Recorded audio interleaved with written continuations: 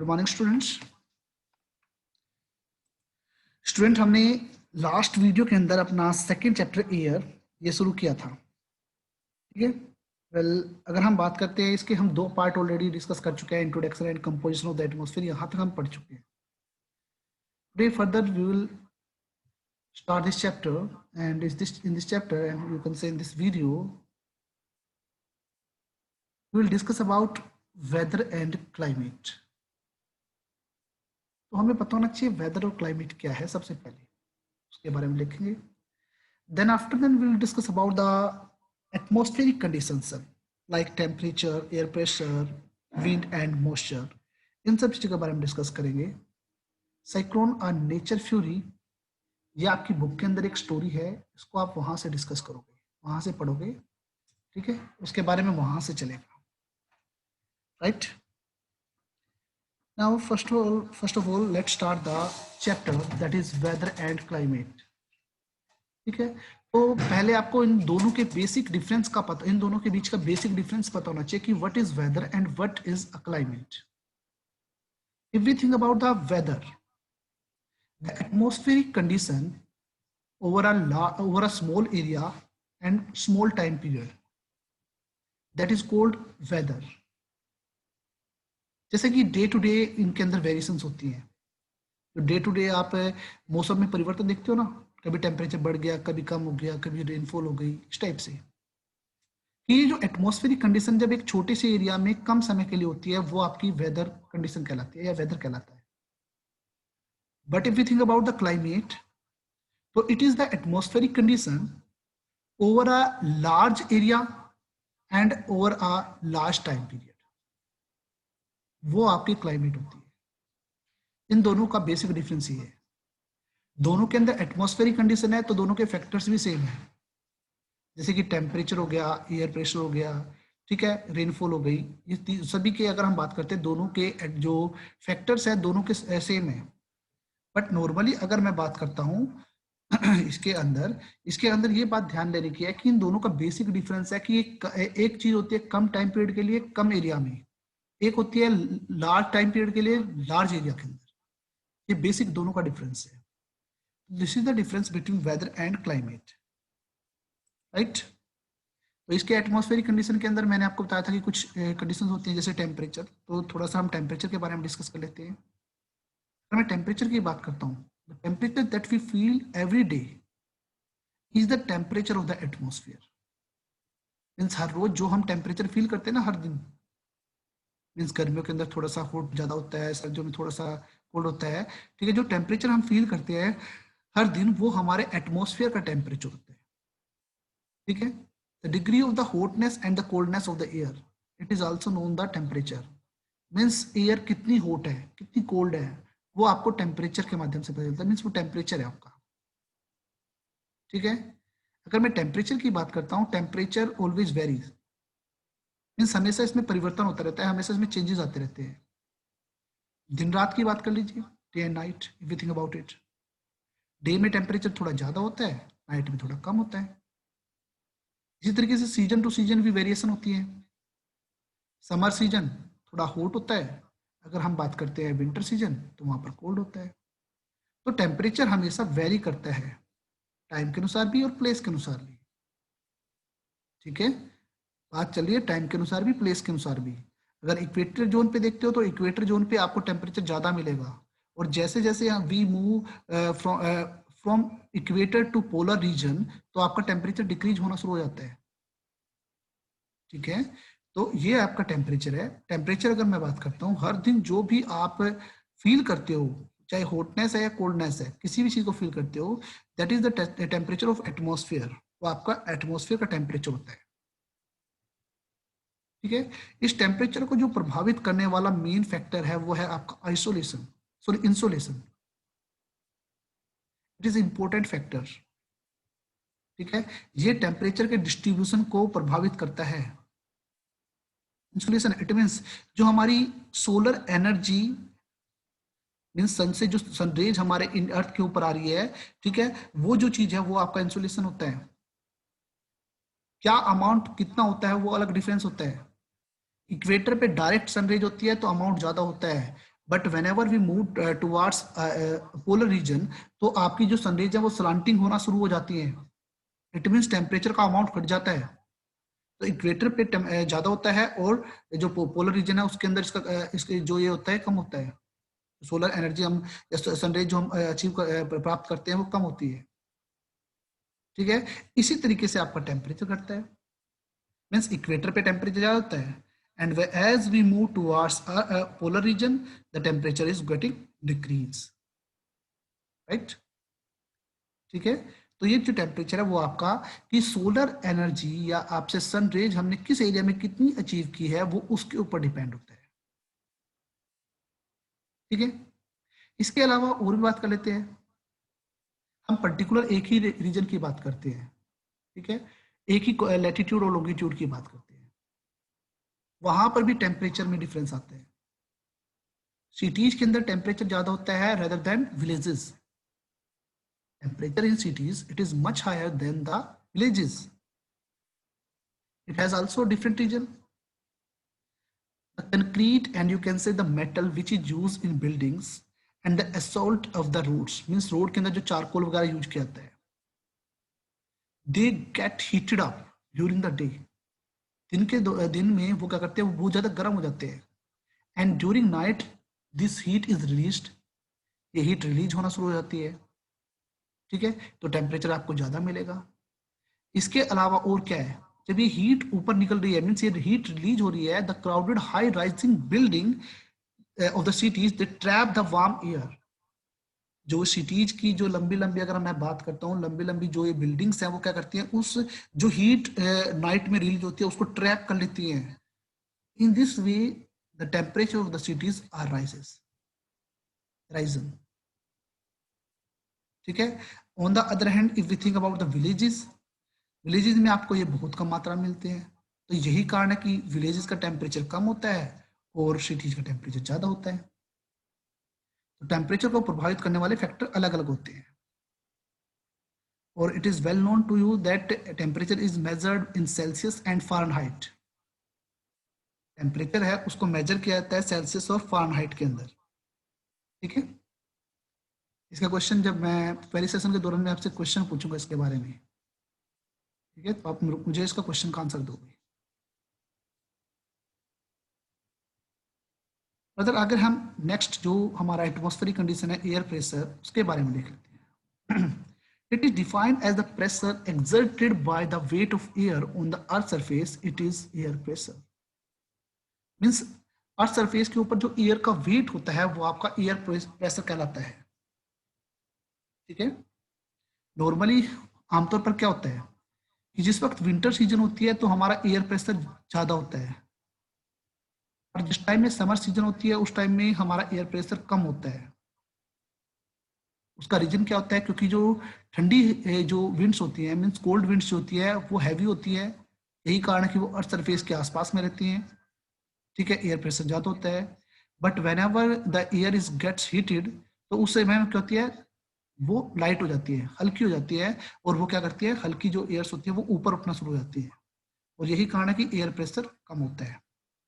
ठीक है, तो जैसे जैसे हमारी एटमॉस्फेयर की लेयर ऊपर बढ़ती चली जाती है, हमारा प्रेशर एयर प्रेशर है वो भी कम होता रहता है। The air pressure is the highest at the sea level and decrease with the height. Sea level जो होती है उस पर आपका एयर प्रेशर ज्यादा मिलता है, जैसे जैसे आपकी एटमॉस्फेयर मीन्स आप ऊपर हाइट बढ़ती रहेगी आपका एटमॉस्फेयर डाउन होता चला जाएगा। ऐसे ही हॉरिजॉन्टली अगर मैं बात करता हूं, the distribution of airs pressure it is influenced by the temperature of the air at a given place. इसके ऊपर भी डिपेंड करता है। अभी मैंने ये बात डिस्कस की है कि अगर आपकी कोल्ड विंड्स होंगी तो एयर प्रेशर ज्यादा होगा, अगर एयर का टेम्परेचर ज्यादा होता है तो उस वक्त आपका एयर प्रेशर कम होता है, क्योंकि वो हल्की हो जाती है और वो क्या करती है, वो ऊपर चलनी शुरू हो जाती है। They start to move upwards.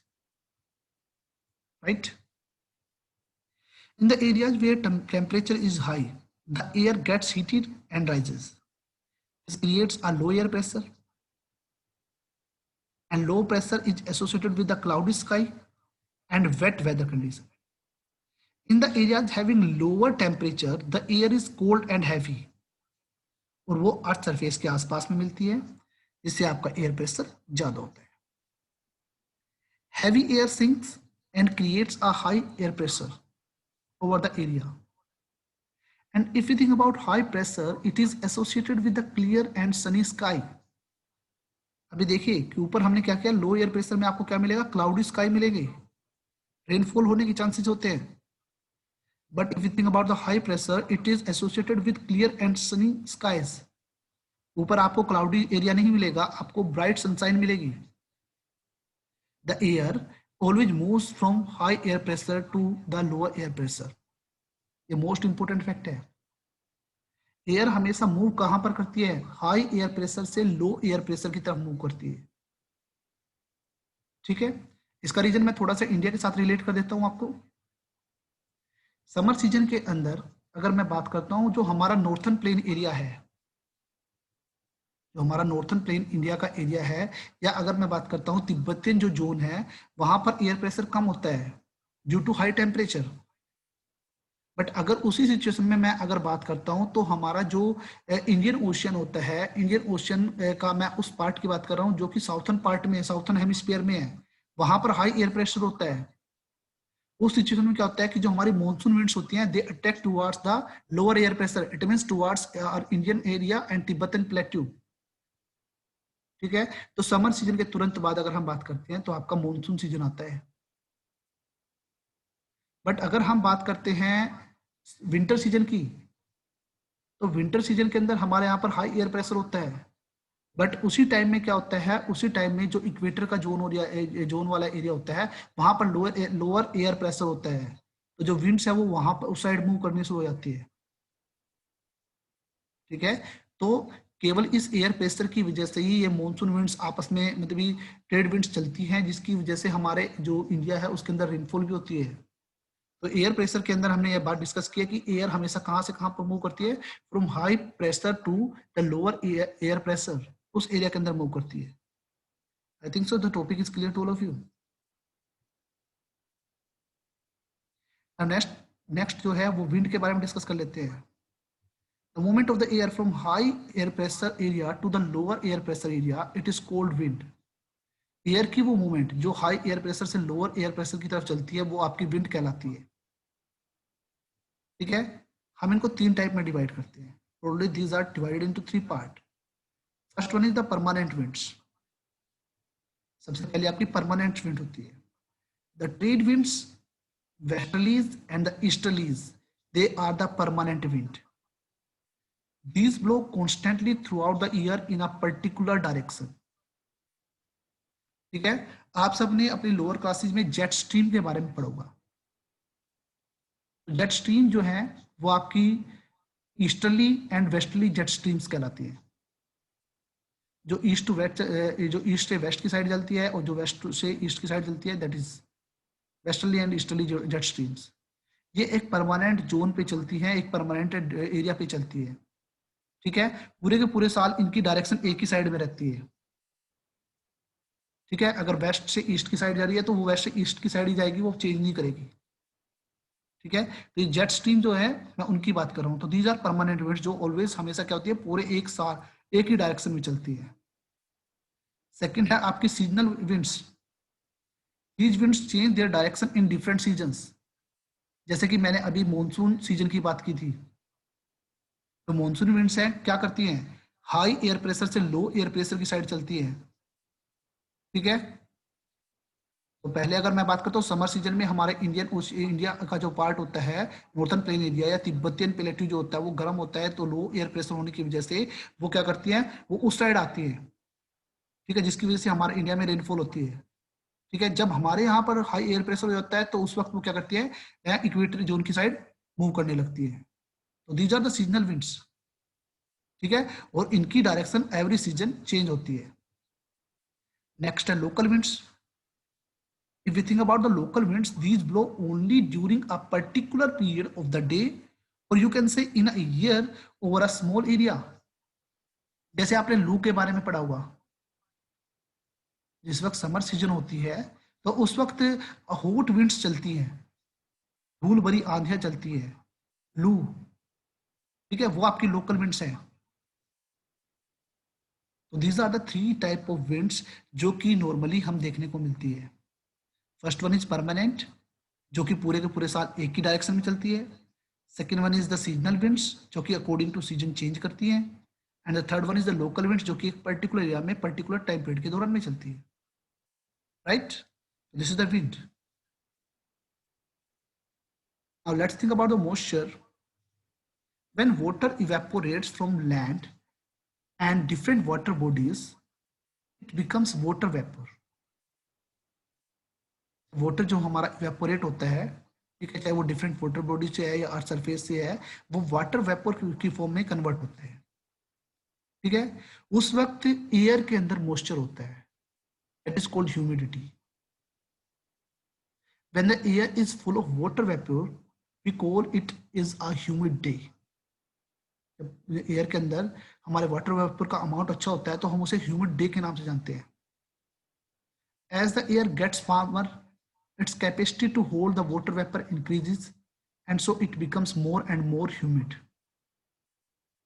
अभी हम बात कर रहे थे, ठीक है, अभी नॉर्मली हमने बात की कि जैसे ही टेम्परेचर एयर का इंक्रीज हो जाता है तो उसके अंदर मॉइस्चर अडॉप्ट करने की शक्ति बढ़ जाती है। तो उस सिचुएशन में वो क्या करती है, उस सिचुएशन के अंदर उसको जो जिस भी वाटर बॉडी के ऊपर से वो जाएगी वहां से वो मॉइस्चर को अडॉप्ट कर लेगी। ठीक है, नॉर्मली देखिए कि जिस टाइम में मॉनसून विंड्स हमारे इंडिया में आती हैं तो उस वक्त वो कहाँ से आती है, वो हमारे इंडियन ओशन के ऊपर से निकल के आती है, तो इसीलिए उनके अंदर मॉइस्चर का अमाउंट अधिक होता है। ठीक है, और वो हमारे इंडिया में आकर वर्षा करते हैं। जिस वक्त वो हमारे इंडिया के ऊपर से, हमारे इंडिया से वापस जाती है, उस वक्त वो लैंड सरफेस के ऊपर से जा रही है। सेकंड थिंग, उसके अंदर ह्यूमिडिटी का अमाउंट भी ज्यादा है, ठंडी विंड्स है, तो यही कारण है कि वो उस टाइम में कोई भी वर्षा नहीं करते, कोई भी रेनफॉल नहीं होती। ठीक है, तो जिस तरीके से अगर हम बात करते हैं, जैसे ही एयर गर्म होगी, वार्म होगी, उसी सिचुएशन में उसके अंदर जो वाटर को होल्ड करने की कैपेसिटी वो इंक्रीज हो जाती है। ठीक है, और उस स्थिति में जो मैक्सिमम वो ह्यूमिड बन जाती है। When the water vapor rises, it starts cooling. आपने वाटर साइकिल के बारे में पढ़ा था। वाटर साइकिल में यही तो बात होती है, पहले वाटर वेपर में कन्वर्ट होता है, then it rises, it start cooling, ऊपर जाकर वो कूल हो जाता है। ठीक है, वहां पर कंडेंसेशन होती है, वाटर वेपर कंडेंस, ठीक है, and causing the formation of the droplets of water, वो वहां पर छोटी छोटी बूंदों में कन्वर्ट हो जाता है। If you think about the clouds, they are the masses of the such water droplets. जो क्लाउड्स होते हैं वो इसी प्रकार के बहुत सारे जो ड्रॉपलेट्स होते हैं उन क्लाउड्स के अंदर होते हैं। और जब ये ड्रॉपलेट्स इतने हैवी हो जाते हैं कि वो एयर में फ्लोट नहीं कर पाते, उस सिचुएशन में क्या होता है, there will be precipitation and you can say rainfall. Rainfall होती है। हमने वाटर साइकिल के बारे में यही तो डिस्कस किया था। ठीक है, जो वाटर है वो वाटर वेपर के रूप में ऊपर जाता है, वहां पर वाटर वेपर आपका साथ कंडेंस हो जाते हैं, जो कि वाटर ड्रॉपलेट्स में कन्वर्ट हो जाते हैं। जो डिफरेंट जो a lot of droplets make a cloud, वो एक क्लाउड बनाते हैं। जब वो इतने हैवी हो जाते हैं कि क्लाउड को होल्ड नहीं कर सकता, then they come back on earth, वो अर्थ पे दोबारा आ जाते हैं। That is called rainfall, precipitation, उसे हम प्रेसिपिटेशन कहते हैं। Okay, precipitation that comes down to the earth in a liquid form, it is called rain. ठीक है, जो प्रेसिपिटेशन है वो हमारी लिक्विड फॉर्म में अर्थ पे आती है, वो आपकी रेन कहलाती है। On the basis of the mechanism, हमने 3 टाइप की रेनफॉल के बारे में पढ़ा है, convectional rainfall, orographic rainfall and cyclonic rainfall. इन तीनों के बारे में मैं आपसे नेक्स्ट लेक्चर में पूछूंगा। You have to find out all these 3 things because in the earlier classes you have read about them. ठीक है, तो नेक्स्ट जो हमारी मीटिंग होगी उसके अंदर मैं आपसे ये क्वेश्चन पूछूंगा, तो you have to find out these 3 type of rainfall, इनकी फीचर्स क्या है। Okay, so I think so everything is clear to all of you and the chapter is over. So we will meet again in the next video and in the next chapter. If you have any doubt, you can ask the question.